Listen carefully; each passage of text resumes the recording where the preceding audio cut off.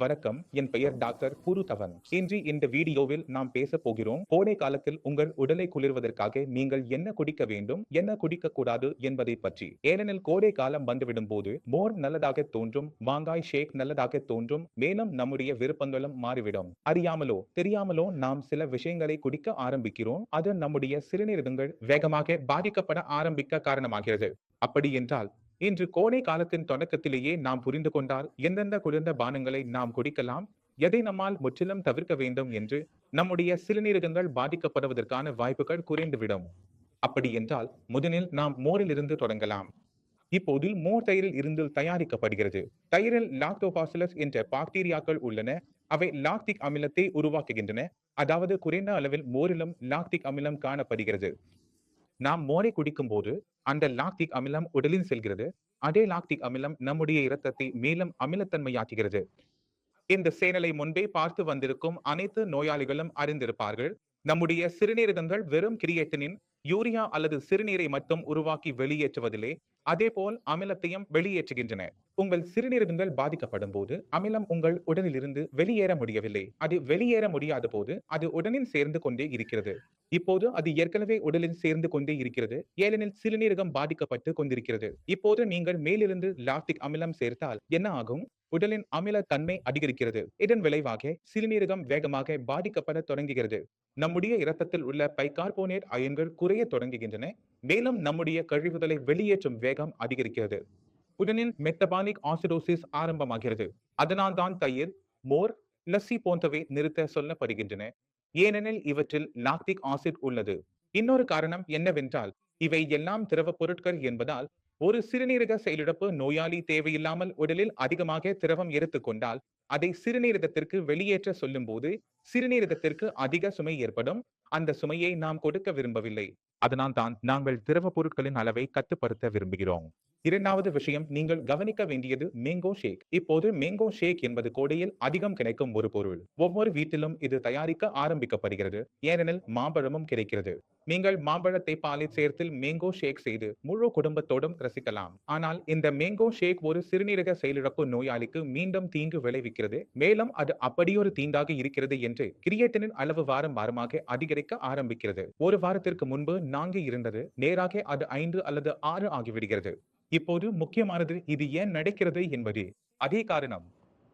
உங்கள் தயிரில் என்ன இருந்தது? லாக்டிக் அமிலம். உங்கள் மாம்பழத்தில் என்ன இருக்கிறது? அஸ்கார்பிக் ஆசிட், சிட்ரிக் ஆசிட் மற்றும் டார்டாரிக் ஆசிட். மூன்றும் ஆசிட் தானே. இவை உங்கள் பேச்சை குறைக்கும். மெட்டபாலிக் ஆசிடோசிஸ் துவங்கும். அதே சமயம் சிறுநீரகங்கள் பழுதாகும் போக்கும் வேகமாகும். நம் சிறுநீரகம் வேகமாக பழுதாக ஆரம்பிக்கிறது. இது வெறும் புளிப்பு பொருட்களால் நடக்கிறது என்று இல்லை. சந்திரா, மௌசுமி, கினோ, மாம்பழம், ஊறுகாய், சட்னிகள் எல்லாம் இருக்கின்றன அல்லவா? இவை தவிர ஆசிட் இல்லாத பிற பொருட்களாலும் நடக்கலாம். அதில் முதன்மையாக டி வருகிறது. ஏனெனில் இந்தியாவில் டி அதிகம் குடிக்கப்படுகிறது. அதாவது டி குடிக்கிற நோயாளிகள் அவருடைய கிரியேட்டினின் அளவு 4 கடந்துவிட்டால் அவர்களுடைய சிறுநீரகங்கள் மிகவும் வேகமாக பாதிக்கப்படுகின்றன. அவர்கள் மருந்து எடுத்துக் கொண்டாலும் கூட அந்த அளவு தொடர்ந்து அதிகரித்துக் கொண்டே இருக்கும். ஏனெனில் டி காரணமாக எங்கள் உடலில் ஆசிட் உருவாக ஆரம்பிக்கிறது. முதல் விஷயம், இது ஏன் நடக்கிறது, எதற்காக நடக்கிறது எனக்கு தெரியவில்லை. ஆனால் நாங்கள் எங்கள் நடைமுறையில் கவனித்தது என்னவென்றால் சிறுநீரக செயலிழப்பு கொண்ட நோயாளி கிரியேட்டினின் அளவு 4 கடந்துவிட்டால் அவர் டி குடிப்பதை நிறுத்தாதவரை அந்த நிலைமை நிலைநிறுத்தப்பட முடியவில்லை. அதனால் என் ஆலோசனை எல்லா சிறுநீரக செயலிழப்பு நோயாளிகளுக்கும் டீ மற்றும் காபி இரண்டையும் நாம் நிறுத்திவிட வேண்டும் என்பதாகும். நம் சிறுநீரகம் பாதிக்கப்படுகிறது என்றால். மேலும் டீயில் இன்னொரு பாதிப்பு என்னவென்றால் டீயின் சில வகை பிளேவனாய்ட்கள் உள்ளன. அவை இரும்பு உறிஞ்சப்படுவதை தடுக்கின்றன. அதாவது என் உடலின் சிறுநீரகம் பாதிக்கப்பட்டதால் என் உடலின் இரத்தம் குறைவாக உருவாகிறது. சரி, என் ஹீமோகுளோபின் 8, 9, 7 என்று எந்த அளவிலானாலும் இருக்கலாம். நான் டீ குடிக்கிறேன் என்றால் உணவில் இருக்கும் இரும்பு அது என் குடலில் இருந்து உறிஞ்சி என் இரத்தத்தில் சேர வேண்டியது, அது சேர முடியவில்லை. ஏனென்றால் நான் சாப்பாட்டுக்கு பிறகு ஏதாவது ஒரு விதத்தில் டீ அல்லது காபி குடித்து விடுகிறேன். அதனால் நீங்கள் டீ மற்றும் காபி இரு காரணங்களுக்காக நிறுத்த வேண்டும். ஒன்று, இரும்பு சரியாக உறிஞ்சப்பட வேண்டும். இரண்டாவது, உடலில் தெரியாத வகையில் அமிலம் அதிகமாக உருவாகாமல் இருக்கவும், நம் கிரியேட்டினின் விரைவாக அதிகரிக்காமல் இருக்கவும். நீங்கள் இன்னும் எதை கவனிக்க வேண்டும் என்றால், எப்போது எனக்கு அதிக வெப்பம் உணரப்படுகிறது, எனக்கு ஏதாவது குடிக்க வேண்டும் என்று தோன்றுகிறது, அதிக தாகம் வருகிறது, ஏதாவது இனிப்பானது குடிக்க வேண்டும் என்று நினைக்கிறேன் என்றால், நான் எப்போதும் என் நோயாளிகளுக்கு என்ன ஆலோசனை சொல்வேன் என்றால், அவர்கள் என்ன செய்ய வேண்டும் என்றால், கொஞ்சம் குளிர்ந்த பால் எடுத்துக் கொள்ளுங்கள். 1 கப், அதிகம் வேண்டாம். 1 கப் குளிர்ந்த பால். ஃப்ரிட்ஜில் வைத்த பாலும் எடுத்துக் கொள்ளலாம். கொஞ்சம் குளிர்ச்சியாக வைத்துக் கொள்ளுங்கள். நீங்கள் அதை உட்கொண்டால் எந்த பிரச்சனையும் இல்லை. அதில் கொஞ்சம் சர்க்கரை சேர்க்கலாம். ஏதாவது சர்பத் சேர்க்க வேண்டுமென்றால் கஸ்கஸ் சர்பத் சேர்க்கலாம் அல்லது ரோஹப்சா சேர்க்கலாம். அவற்றையும் சேர்த்து குடிக்கலாம். ஆனால் அளவை கவனிக்க வேண்டும்.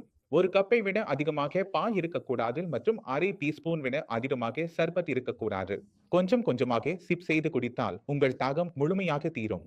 வேகமாக குடித்தால் தாகம் தீராது. சரி, இதை நான் உங்களுக்கு அனுமதிக்க முடியும். ஆனால் இதை தவிர எந்த வகையான மாங்காய் ஷேக், லஸ்ஸி, மோர் ஆகியவை முழுமையாக தடை செய்யப்படும் எந்த நிலைமையிலும். இதோடு சேர்த்து நீங்கள் எத்தனை புளிப்பு பொருட்கள் உள்ளனவோ, மாதுளை, ஊறுகாய், கினோ, சதுக்குடி, மொசம்பி, எத்தனை புளிப்பு பழங்கள் உள்ளனவோ அவற்றை சாப்பிடக்கூடாது. ஜூஸ் குடிக்கவும் கூடாது. ஏனெனில் நீங்கள் இதை எவ்வளவு அதிகம் எடுத்துக் கொள்கிறீர்களோ அவ்வளவு அதிகம் உங்களுக்கு பாதிப்பு ஏற்படும். கரும்பு ஜூஸ். பல நேரங்களில் நோயாளிகள் கேட்பார்கள், கரும்பு ஜூஸ் குடிக்கலாமா என்று. கரும்பு ஜூஸ் குடிக்க முடியாது. நீங்கள் முயற்சிக்க கூடாது. கரும்பு ஜூஸ் குடித்தால் உங்கள் பொட்டாசியம் அளவு அதிகரிக்க ஆரம்பிக்கும். எனவே நான் உங்களை தடை செய்யும் காரியங்கள் ஏன் தடை செய்யப்பட்டிருக்கின்றன என்பதற்கு பின்னால் ஒரு காரணம் இருக்கிறது. அது வெறுமனே தவிர்க்க சொல்வதற்காக அல்ல. அதற்கான காரணத்தை நீங்கள் புரிந்து கொள்ள முயற்சியுங்கள் மற்றும் கோடை காலத்தில் தவறுகள் செய்யாதீர்கள். ஏனெனில் கோடை காலத்தில் உணவு மற்றும் பானங்களால் கிரியேட்டினின் அளவு மிகவும் வேகமாக அதிகரிக்கிறது. இந்த வீடியோவின் மூலம் கோடை காலத்தில் உங்களுக்குள்ளே உள்ள வெப்பத்தை எப்படி சமநிலைப்படுத்த வேண்டும் என்று நீங்கள் புரிந்து கொள்வீர்கள் என்று நம்புகிறேன். மேலும் இதை செய்ய எந்த விஷயங்களை நீங்கள் தவிர்க்க வேண்டும் என்பதும் உங்களுக்கு புரிந்திருக்கும். இன்னும் மனதில் உள்ளது, இந்த முழு விஷயத்தை நீங்கள் கேட்க விரும்பினால் மிகவும் வரவேற்கப்படுகிறீர்கள். நீங்கள் நேரில் வந்து சந்திக்கவும் முடியும். டாக்டர்களின் குழுவும் இருக்கிறார்கள். அவர்களுடன் பேசவும் முடியும். இதனுடன் நான் உங்களிடம் விடைபெற விரும்புகிறேன். அடுத்த வீடியோவில் சந்திப்போம். அதுவரை வணக்கம்.